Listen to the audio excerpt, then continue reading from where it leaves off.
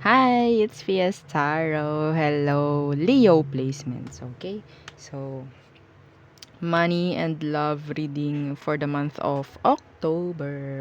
Okay, so dyan na naman yung ating background noises. Oo, lagi naman. So, syempre, before tayo mag-start, kung hindi ka pa nakakapag-subscribe, please do subscribe and hit the notification bell para lagi po tayo maging updated sa mga mangyayari pa lang. Okay? And yes, please do follow me on FB page. On my FB page. Okay? So, sabihin ko sana TikTok.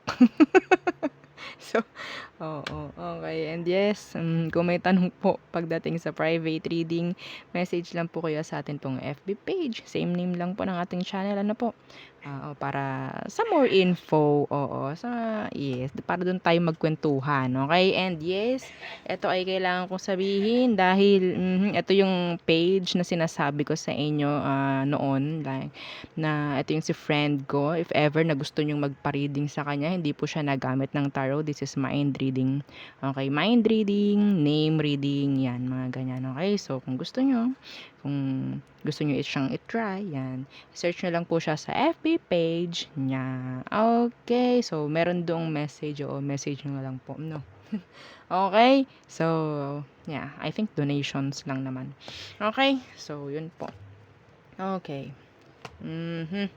So let's start Leo placement. So okay, so Leo, ano bang meron for you? In the month of October. Okay. Month of October. Money. Okay. Money, money, money. For Leo, ano bang meron? Okay. Benefits. Benefits. Okay. Benepisyo. So, ano pa? Ano tong benefits na ito? Okay. Unemployment. Okay, so ito ang nakikita ko ha. Some of you na walang trabaho ngayon. Unemployed. Okay? In the month of October, may chance na magkaroon na ng work. Okay, some of you, pwedeng pwedeng may mag-grant dito na parang vacation leave na in grande. That's channeled. Okay, that's channeled, yeah. Interview. So, ito, no? Some of you, yun nga, may chance na may hired, no? By the month of October. Okay? So, wait lang po, ha?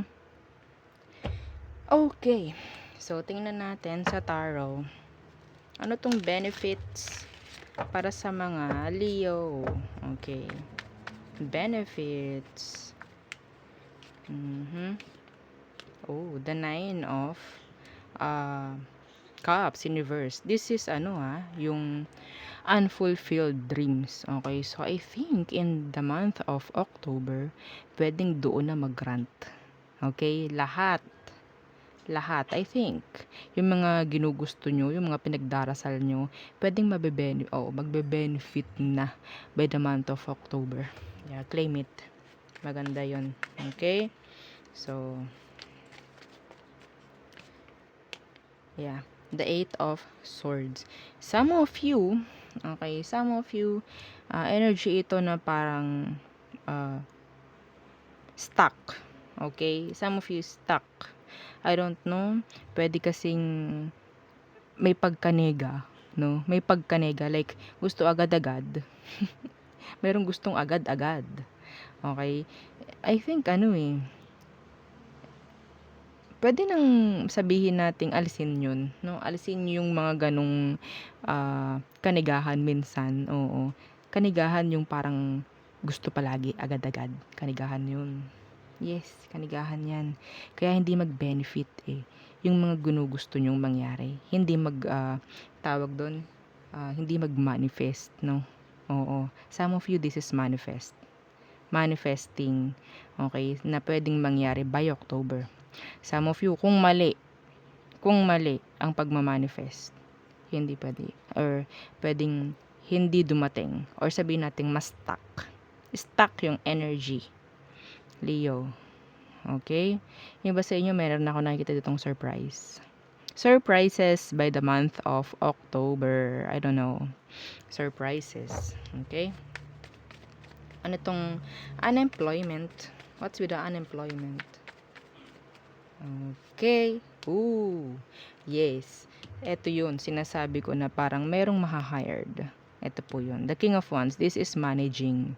Yung iba rito, pwedeng maalis sa current mo na position sa workplace and pwedeng ma-level up or pwedeng ma-promote in the month of October.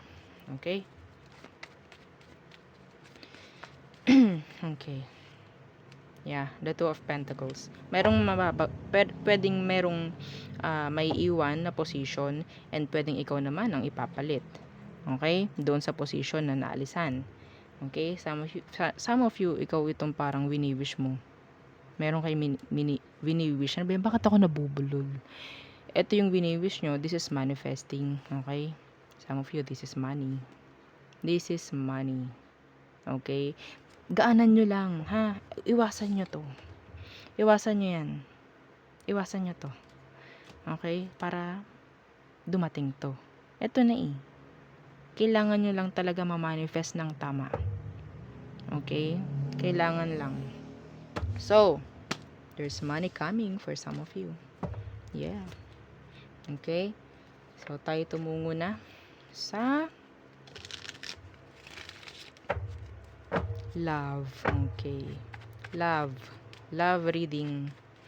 Ano bang meron sa mga Leo when it comes to love sa buwan ng October? Nakita ko rito ng parang sobrang bagal. Okay. Past mo. Kumakaway. Oo, kumakaway sa October ang iyong past person. Nako po. The Knight of Wands in reverse, may player na magbabalik. Okay, may player na magbabalik. Leo. Yeah. Nako. Breadcrumbing, mixed signals, makikipagayos pero hindi mo makikita talaga. Yung consistent. Oo. No? Yeah, the Nine of Swords in reverse. Ang nakikita ko sa inyo is ano eh. Yes, nag-message si Paz. Oo. So, umpisa ganun. Pero eventually, ang nakikita ko, naku po, ito na naman kami. Parang ito na naman to. Naku po, nakita ko na to. Alam ko na to. Parang ganun. Okay? So, be the King of Swords. Be intelligent. Okay, what's with the Knight of Wands in reverse? Yeah. The Queen of Wands. Some of you kaya yan nagbabalik. Pwedeng may attraction na naman. Attraction. Just attraction. Okay. Iba rito, meron ako nakikitang makeup sex by October. Ano tong Five of Swords in reverse?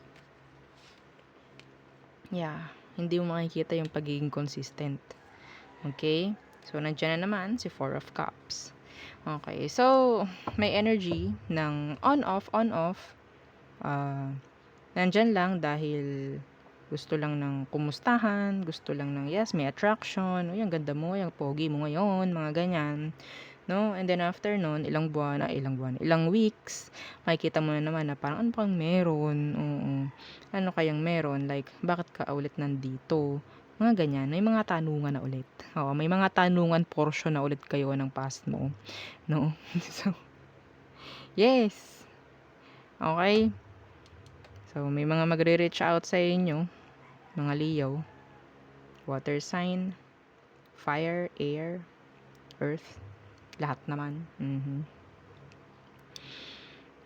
Okay. Pupunta lang to, babalik lang to sa inyo kapag kayo itong alam niyang hindi na na-stress. Hindi mo na hinahanap yung connection with them. Babalik lang to. Pero kung kayo itong panay-panay ang message sa kanya, kahit block na kayo, gumagawa pa kayo ng paraan para makita siya or what, hindi ito for you. Okay? Itong taong to, gusto lang niya malaman kung ano bang mga ganap na sa'yo. Okay, ito is para sa mga Leo placements na hindi na masyadong pinag-iisip si Paz. Okay, so yun. Okay, guguluhin ka lang ulit kasi para maramdaman mo ulit. Oh, this is a player. Ha? Huwag kang papakontrol. Okay, tayo tumuna sa all signs. All signs for Leo placements. Okay. Aries. Oh. They're regretting kung paano kanila tinrato. Taurus wants to come back pero hindi niya ine-effortan, walang connection or walang communication. Okay, bigla lang 'to magpapapap. Ting! Oh, bigla lang magme-message, ting! Oh, out of nowhere. Okay, Gemini. Okay. So, unstable. Okay, unstable. Some of them, they're sad. Okay, Cancer. They want to repeat a cycle. Oo. Gusto nilang bumalik sa iyo. Leo. This is ending. Or sabihin natin, kailangan mo nang tapusin itong mga paganto-ganto ng taong to. Dahil, ganto-ganto lang din naman siya eh. Okay. Back and forth. Yan. Virgo. Okay. Some of them, they're like happy. Okay. Gusto ka nitong ma-intimidate sa kanya. Libra. Okay. They're waiting. Yeah. They're waiting. Pero some of them, hindi sila gagawa ng action nga. Kasi they're like confused. Si Libra. Scorpio. Okay. So, rumirenta ka na sa isip nito, nitong Scorpio na to, ng libre. Tumitira ka na sa utak ng taong to ng libre. Okay. Sagittarius. Okay. They want you to chase them. Capricorns. They're afraid. Afraid na talikuran. Afraid na alisan. Yeah. Some of them, takot sila na mawala ng progress eh. Takot sila sa walang progress na sitwasyon or sa connection na walang progress. Yeah. Sino bang hindi, no? Okay. Aqua. Oh. So, si Aquarius, pwedeng may third party and they want a repeat. Yes. Okay. Pisces. So, I think itong Pisces na ito, walang nagbago sa kanya. Okay, nakikita ko pwedeng i-cut off mo na lang siya ulit. Okay, yes. Wala ako nakikita ditong improvement, no, na pwedeng mangyari. If ever. Okay? So, there, yun ang ating reading for Leo placement. So, thank you. Bye!